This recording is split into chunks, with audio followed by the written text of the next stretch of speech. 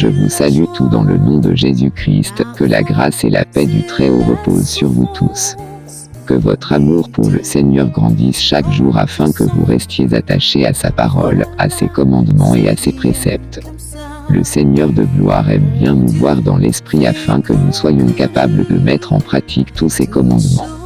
Il pouvait dire, la chair est faible, mais l'esprit est bien disposé. Quiconque donc marche d'après la chair sera vaincu par le Satan. Pourquoi? C'est qu'il a vaincu la chair, il a vaincu l'homme de chair. Nul ne peut donc par les œuvres de sa chair vivre, c'est impossible.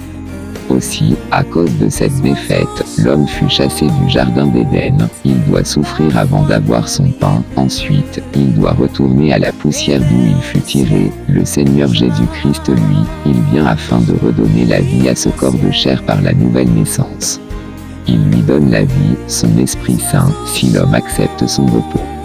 Car voyez-vous, après s'être fait chasser du jardin d'Éden, il est à présent livré à un dur labeur, et c'est à cause de ce travail que le Seigneur lui a donné un jour symbolique afin que, en ce jour-là, qu'il vienne à se reposer de son travail, sa peine sous le soleil, le nouveau monde qui est dorénavant son quotidien.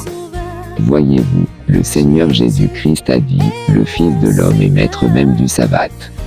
Cela dit, durant 6 jours, l'homme, symboliquement, devait s'occuper de ses affaires, mais le 7e jour, il doit se reposer de son travail. Écoutez bien, le Seigneur est le maître du repos, et il a dit, venez à moi vous tous qui êtes fatigués et chargés, et je vous donnerai du repos. Écoutez bien, le Seigneur vient avec l'Esprit afin de redonner la vie à l'homme mort à cause de son péché, l'homme de chair. Oui monsieur, 6 jours de travail, c'est cela le nombre d'années qui te sont accordées par le Très-Haut, afin que tu te rendes compte que tu es misérable, et que tu es impuissant de toi-même. Oui monsieur, le Très-Haut t'a donné à tous les êtres humains 6 jours, que j'appelle le temps de recréation, c'est le temps qui leur est accordé de vivre leur vie, et c'est aussi le temps qui leur est accordé de reconnaître que leur vie est misérable, mais 7 représente le jour de l'Éternel. Si donc tu aimes ta vie, et préfères rester dans le 6e jour, et refuses d'avancer jusqu'au 7e jour, alors tu périras dans ton péché, parce que tu as méprisé le jour du Seigneur. C'est cela, afin d'accomplir ce commandement, que le Seigneur a dit, allez partout dans le monde et prêchez la bonne nouvelle du royaume des cieux, celui qui croira et qui sera baptisé, sera sauvé, mais celui qui ne croira pas sera condamné. Oui monsieur, le mot conversion indique cette nuit de transition entre le 6e jour et le 7e jour. Autrefois, vous étiez esclaves du péché, pouvait dire l'apôtre Paul, mais à présent, vous êtes rachetés, vous êtes des fils et des filles de Dieu. Quiconque donc n'aime pas le sabbat, le jour de repos du Seigneur, reste pour toujours dans le 6e jour, et fera dorénavant partir des pactisans du nombre 6, 6, 6. Voyez-vous, le Seigneur n'a-t-il pas dit, donnez à César ce qui appartient à César, et à Dieu ce qui appartient à Dieu. Oui monsieur, le nombre 6 appartient à l'homme tandis que le 7e jour appartient à l'Éternel Dieu. Si donc tu refuses de donner à l'Éternel Dieu l'honneur qui lui est dû, tu seras condamné. Pourquoi? Est-ce parce que l'Éternel déteste l'homme? Pas du tout, mais là est même la manifestation de son amour à ton égard. Et son jugement contre les forces du mal. N'est-ce pas normal qu'après la pluie, qu'il y ait le beau temps? Et après la maladie, quand l'on souffre sous le poids de la douleur, n'est-ce pas normal que l'on aille voir un médecin pour qu'il DIAGN? Hostique notre état, et qu'en prenant les médicaments, que l'on recouvre la santé. Et que dire de celui qui sort des champs, accablé par la faim et la soif, n'est-ce pas normal, qu'une fois à la maison, qu'il étanche sa soif, qu'il assouvisse sa faim, et qu'il se repose? Et que dire du prisonnier maltraité par son bourreau? Ne sera-t-il pas content de recouvrer sa liberté? Oui monsieur, l'Éternel Dieu l'a bien dit, quiconque me hait aime la mort.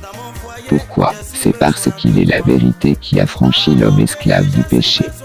Il est la lumière qui délivre l'homme de la puissance des ténèbres. Il est le médecin de notre être tout entier, et l'ombre sous laquelle viennent s'abriter tous ceux qui sont fatigués à cause de la chaleur du jour, les problèmes qui l'assaillent de part et d'autre. N'a-t-il pas dit, venez à moi vous tous qui êtes chargés et fatigués, et je vous donnerai du repos. Je le dis à nouveau, notre Seigneur est vraiment le maître du sabbat, et le 7e jour lui appartient. Rendez-lui donc tant qu'il est temps, l'honneur qui lui est dû pour votre propre salut. Refusez de le faire, et vous serez surpris par les ténèbres, la nuit du 6e jour qui ne s'achèvera plus jamais pour vous. Comprenez-vous pourquoi l'apôtre Paul a dit ? C'est pourquoi, ne vous laissez juger par personne à propos de ce que vous mangez ou de ce que vous buvez ou au sujet de l'observance des jours de fête, des nouvelles lunes ou des sabbats. Tout cela n'était que l'ombre des choses à venir, la réalité est en Christ. Ne vous laissez pas condamner par ces gens qui prennent plaisir à s'humilier et à s'adonner à un culte des anges. Ils se livrent à leur vision, ils s'enflent d'orgueil sans raison, poussés par leurs pensées toutes humaines. Ils refusent de s'attacher au Christ, qui est le chef, la tête. C'est de lui que le corps tout entier tire sa croissance comme Dieu le veut, grâce à la cohésion et à l'unité que lui apportent les articulations et les ligaments. Colossiens le chapitre 2 à partir du verset 16. Voyez-vous, le Seigneur Jésus-Christ a dit, pensez-vous que je sois venu abolir la loi ? Je suis venu, non pour abolir, mais pour accomplir. Et cette œuvre de rachat des âmes par le Seigneur Jésus-Christ, ainsi que l'œuvre du 666 sont la preuve de l'accomplissement de la loi du Seigneur de l'univers. Voyez-vous, il fallut pour le Seigneur vaincre d'abord celui qui a le pouvoir de la mort, Satan le diable, afin que par lui, tous ceux qui refusent de se soumettre au Très-Haut, refusent de lui donner l'honneur qui lui est dû, comme l'a fait le grand dragon, encore appelé Satan et le diable, qu'ils soient à leur tour mis comme dans un tas, pour le grand jour de la colère de Dieu. Comprenez-vous cela ? Le Seigneur a dit d'entrée de jeu, au jour de sa chair, maintenant a lieu le jugement de Satan. Pourquoi donc est-il jugé ? Comme la plupart des hommes aujourd'hui, il s'est rebellé contre son Créateur, lui, ainsi qu'un tiers des anges. Il s'est rebellé contre son Créateur, et a refusé de lui donner la gloire qui lui est due. Or cependant, il est écrit, « Je ne partagerai ma gloire avec personne, dit le Seigneur des armées célestes. » Voyez-vous, et cette œuvre que vient accomplir le Seigneur a pour but d'exposer les mauvaises œuvres du diable. Afin que l'univers tout entier, du ciel à la terre, et plus bas que la terre, apprenne qui est Satan. Selon qu'il est écrit, « Et vous qui étiez morts à cause de vos fautes, et parce que vous étiez des incirconcis, des païens, Dieu vous a donné la vie avec le Christ. Il nous a pardonné toutes nos fautes, car il a annulé l'acte qui établissait nos manquements à l'égard des commandements. Oui, il l'a effacé, le clouant sur la croix. Là, il a désarmé toute autorité, tout pouvoir, les donnant publiquement en spectacle, quand il les a traînés dans son cortège triomphal, après sa victoire à la croix. Colossiens le chapitre 2 à partir du verset 13. Regardez bien cette œuvre que je suis en train de vous parler, et elle ne sert qu'à mettre à nu ceux qui vivent dans les ténèbres, qui ont choisi les ténèbres, le sentier de Satan. Lisons pour cela une parole dans les Écritures. Jésus alla à la maison et, de nouveau, la foule s'y pressa au point que lui et ses disciples n'arrivaient même plus à manger. Quand les membres de sa famille l'apprirent, ils vinrent pour le ramener de force avec eux. Ils disaient en effet, il est devenu fou.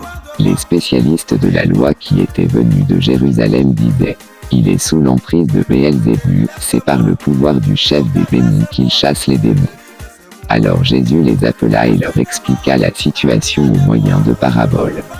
Comment Satan peut-il chasser Satan ? Un pays déchiré par la guerre civile ne peut pas subsister. Si une famille est divisée, cette famille ne peut pas subsister. Si donc Satan se bat contre lui-même, si son royaume est divisé, il ne peut plus subsister, c'en est fini de lui. En fait, personne ne peut pénétrer dans la maison d'un homme fort pour s'emparer de ses biens sans avoir d'abord ligoté cet homme fort, c'est alors qu'il pillera sa maison. L'évangile de Marc le chapitre 3 le verset 27. Voyez-vous, et j'aimerais vous rappeler une parole des Écritures. Il est écrit, le Fils de l'homme apparut afin de détruire les œuvres du diable. Donc quand le Seigneur dit, en fait, personne ne peut pénétrer dans la maison d'un homme fort pour s'emparer de ses biens sans avoir d'abord ligoté cet homme fort, c'est alors qu'il pillera sa maison. Il était en train de dire, ce que vous voyez n'est pas de la magie, mais la puissance de Dieu. Elle a été déployée afin de ligoter Satan, afin de dissiper les ténèbres, de mettre à nu tout ce qui est Satan et diable. Regardez bien cela ici, le Seigneur, afin de démontrer qu'il a le pouvoir sur les ténèbres et qu'il le donne à qui il veut, a donné le pouvoir à ses disciples de guérir les malades, de chasser les démons, de purifier les lépreux, etc. Et à la fin de leur mission, voici ce qu'il dit. Quand les 72 disciples revinrent, ils étaient pleins de joie et disaient : Seigneur, même les démons se soumettent à nous quand nous leur donnons des ordres en ton nom. Oui, leur répondit-il, je voyais Satan tomber du ciel comme l'éclair. Écoutez bien ceci, il est vrai que je vous ai donné le pouvoir de marcher sur les serpents et les scorpions, et d'écraser toutes les forces de l'ennemi, sans que rien ne puisse vous faire du mal. Toutefois, ce qui doit vous réjouir, ce n'est pas de voir que les esprits mauvais vous sont soumis, mais de savoir que vos noms sont inscrits dans le ciel. L'évangile de Luc, le chapitre 10. Écoutez bien ici, il dit je voyais Satan tomber comme un éclair. Pourquoi est-ce qu'il doit tomber? Parce que le jugement est tombé sur lui. Et Jean l'apôtre dit, alors une bataille s'engagea dans le ciel, Michel et ses anges combattirent contre le dragon, et celui-ci les combattit avec ses anges. Mais le dragon ne remporta pas la victoire et ne put maintenir leur position au ciel. Il fut précipité, le grand dragon, le serpent ancien, qu'on appelle le diable et Satan, celui qui égare le monde entier. Il fut précipité sur la terre, et ses anges furent précipités avec lui. Puis j'entendis dans le ciel une voix puissante qui disait : Maintenant, le temps du salut est arrivé. Maintenant, notre Dieu a manifesté sa puissance, et instauré son règne. Maintenant, son Messie a pris l'autorité en main. Car l'accusateur de nos frères, celui qui, jour et nuit, les a accusés devant Dieu, a été jeté hors du ciel. Mais eux, ils l'ont vaincu, grâce au sang de l'agneau, et grâce au témoignage qu'ils ont rendu pour lui. Car ils n'ont pas aimé leur vie, jusqu'à redouter de mourir. Réjouis-toi donc, ô ciel, et vous qui habitez au ciel, réjouissez-vous, mais malheur à la terre, et malheur à la mer. Le diable est descendu vers vous rempli de rage, car il sait qu'il lui reste très peu de temps. Quand le dragon se vit précipité sur la terre, il se lança à la poursuite de la femme qui avait mis au monde le garçon. Apocalypse le chapitre 12. Voyez-vous, écoutez ici attentivement. Il est écrit, quand le dragon se vit précipité sur la terre, il se lança à la poursuite de la femme. Ne remarquez-vous pas un caractère, le désir de se venger? Car il est écrit, malheur à la terre et à la mer, car le diable est descendu vers vous animé d'une grande colère, sachant qu'il a peu de temps. Est-ce que vous comprenez cela? Comme le disent les gens de notre temps, comme on m'a fait, je fais aussi aux autres. Et moi, je vous mets en garde, comme l'avait déjà fait mon Seigneur, gardez-vous avec soin de rendre le mal par le mal. N'utilisez jamais les armes du Satan, car elles sont pernicieuses. Et le Seigneur pouvait l'appuyer en donnant ses directives à ses disciples, si l'on te frappe à la joue gauche, présente aussi la droite. Et si quelqu'un consent à prendre ta tunique, ne l'empêche pas de prendre aussi ton manteau.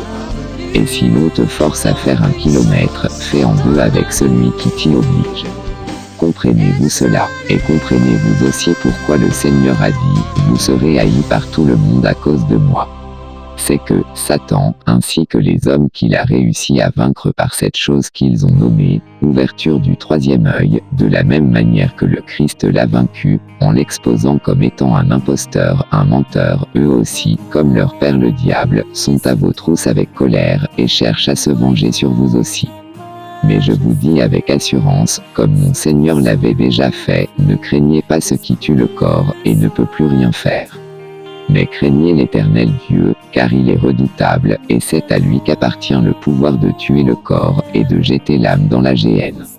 Soyez encore plus dans l'assurance, si vous avez l'Esprit de Christ. Car cette œuvre est une œuvre de lumière afin de mettre à nu les mauvais desseins des cœurs. Et si donc la lumière qui est le Christ règne dans ton cœur, alors tu es scellé par elle. Et c'est la raison pour laquelle, moi, esclave de Jésus-Christ, je vous envoie ces messages pour vous dire, ne péchez plus, repentez-vous de vos mauvaises œuvres et croyez en Jésus-Christ, qui enverra dans vos cœurs son esprit de lumière afin que vous soyez scellés jusqu'au jour de la rédemption. Écoutez, la lumière ne fait pas de mal à la lumière, au contraire, elle vient afin de mettre mal à l'aise les ténèbres, elle vient dissiper les ténèbres. Si donc il y a de la rancune, la haine, la calomnie, les mauvais désirs, les jalousies, la guerre, l'impudicité, l'insoumission à Dieu, toutes ces œuvres des ténèbres, dans ton cœur tu seras mis à nu. Et c'est cela ce que le Seigneur Jésus-Christ a dit pour mettre en garde l'église de Laodicée. Il a dit, je te conseille d'acheter chez moi de l'or éprouvé par le feu afin que tu sois riche, un collier pour oindre tes yeux afin que tu vois, et des vêtements blancs afin que tu sois vêtu, et que la honte de ta nudité ne paraisse pas. Voyez-vous, c'est cela la honte de ta nudité, quand ton cœur et les mauvaises œuvres que tu commets en secret sont mis à nu comme au grand jour aux yeux de tous. C'est cela qu'ils ont embelli en disant c'est l'éveil de la puissance. Mensonge, sortez de la vie le Seigneur, et ne participez pas à leurs œuvres mensongères. Écoutez bien cela, il est écrit, le Christ apparut afin de détruire les œuvres du diable. Il a été effectivement vaincu, et l'apôtre Paul dit, là, il a désarmé toute autorité, tout pouvoir, les donnant publiquement en spectacle, quand il les a traînés dans son cortège triomphal, après sa victoire à la croix. Voyez-vous, quand il a vu qu'il avait été précipité, il est descendu pour se venger contre les habitants de la terre. Il a communiqué cette haine aux hommes, et à leur tour, ils vont de lieu en lieu pour se venger vers d'autres qui n'ont pas encore connu l'expérience de mort imminente, et le Seigneur a dit, si vous ne vous convertissez pas, vous périrez tous également. Mais quiconque mettra en lui sa confiance, ne sera jamais confus. Voyez-vous, maintenant, il faut bien faire la différence ici, car l'œuvre du Christ est bien contraire à l'œuvre de l'Antichrist. Cela peut se ressembler, mais être bien opposé. De même que sont les nombres 10 et moins 10. L'un est positif, mais l'autre est négatif. Voyez-vous, de la manière avec laquelle le diable a été vaincu, cela est bien contraire à la manière avec laquelle le diable, lui, vient vaincre l'humanité. Car, il faut bien vous le rappeler, Satan est le vainqueur des nations. Voyez-vous, le Seigneur est vérité, et c'est par la vérité qu'il a anéanti toute domination et toute autorité. Par contre, le diable, lui, il se déguise en quelqu'un qui paraît bien, afin de séduire les hommes, ceux dont les noms n'ont pas été écrits dans le livre de vie dès la fondation du monde. Oui monsieur, c'est par le mensonge qu'il les a séduits. Voyez-vous, je vais vous prendre ici un exemple. Dans une ville, les forces de l'ordre recherchent un groupe de jeunes qui sèment le trouble dans la ville. Ils agressent les passants, violent les jeunes filles, volent et causent les bagarres partout dans la ville, etc. Alors, la police décide de mettre en place un plan, afin de tous les prendre la main dans le sac. Ils ont placé les caméras de surveillance un peu de partout, sans que le gang ne le sache. Ainsi, tout ce qu'ils pouvaient faire dans la ville était bien surveillé, et tous leurs forfaits bien enregistrés.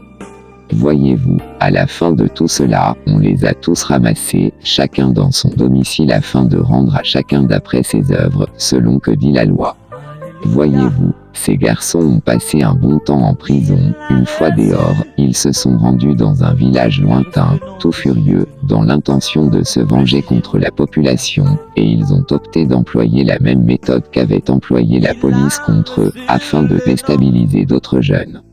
Ainsi, par des caméras cachées, ils surprenaient l'un et l'autre dans son forfait, et lui faisaient du chantage afin que ce dernier s'allie à eux, et qu'ainsi, que leur gang devienne puissant et plus imposant qu'autrefois. Voyez-vous cela, la police, elle l'a fait dans le but de mettre de l'ordre dans la ville. Par contre, le gang, lui, il le fait dans le but d'égarer d'autres jeunes, pour un intérêt personnel, afin de perpétuer leurs actes déréglés. Et c'est cela la différence entre l'œuvre qu'a accompli le Christ et ce qui se pratique aujourd'hui parmi les humains. Et je vous le dis, Satan est un hors-la-loi, et ceux qui pratiquent le mal par cette chose qui conduit les hommes à avoir le troisième œil ouvert, sont des brigands, une bande de voleurs.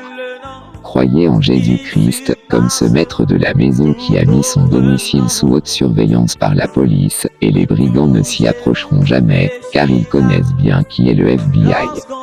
Et je voudrais bien vous le rappeler, tu ne peux pas avoir la loi à tes côtés et être au même moment un hors-la-loi. Peut-être autrefois tu l'as été, mais à présent qu'ils sont là pour te garder, ne vas-tu pas te soumettre à la loi? Comprenez-vous cela, et je vous dis, ne péchez plus, de peur que ne vous arrive quelque chose de pire. Car les anges de l'Éternel campent autour de ceux qui craignent Dieu. Le Seigneur doit garder ta maison, ton cœur contre cette œuvre de mensonge du diable, et ce Seigneur dont je suis en train de parler est le chemin, la vérité et la vie. Nul ne peut avoir le repos sans lui. Je combattrai pour toi, dit le Seigneur, mais toi garde le silence. Écoutons pour finir un récit des Écritures. Mais le lendemain, il revint de bonne heure dans la cour du temple et tout le peuple se pressa autour de lui, alors il s'assit et se mit à enseigner. Tout à coup, les spécialistes de la loi et les pharisiens traînèrent devant lui une femme qui avait été prise en flagrant délit d'adultère. Ils la firent avancer dans la foule et la placèrent, bien en vue, devant Jésus. Maître, lui dirent-ils, cette femme a commis un adultère, elle a été prise sur le fait.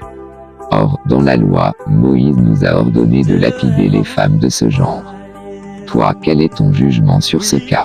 En lui posant cette question, il voulait lui tendre un piège dans l'espoir de trouver quelque prétexte pour l'accuser. Mais Jésus se baissa et se mit à écrire du doigt sur le sol. Eux, ils insistaient, répétant leurs questions. Alors il se releva et leur dit, que celui d'entre vous qui n'a jamais péché lui jette la première pierre. Puis il se baissa de nouveau et se remit à écrire sur le sol. Après avoir entendu ces paroles, ils s'esquivèrent l'un après l'autre, à commencer par les plus âgés, laissant finalement Jésus seul avec la femme, qui était restée au milieu de la cour du temple. Alors Jésus leva la tête et lui dit, « Eh bien, où sont donc passés tes accusateurs? Personne ne t'a condamné. » « Personne, Seigneur, lui répondit-elle. Alors Jésus reprit, « Je ne te condamne pas non plus. Va, mais désormais, ne pêche plus. » L'évangile de Jean au chapitre 8 le verset 11. Satan et ses troupes seront bientôt vaincus, anéantis par l'œuvre du Saint-Esprit, et alors notre repos sera complet en sa présence. Que l'Éternel Dieu vous bénisse tous au nom de Jésus-Christ. Amen.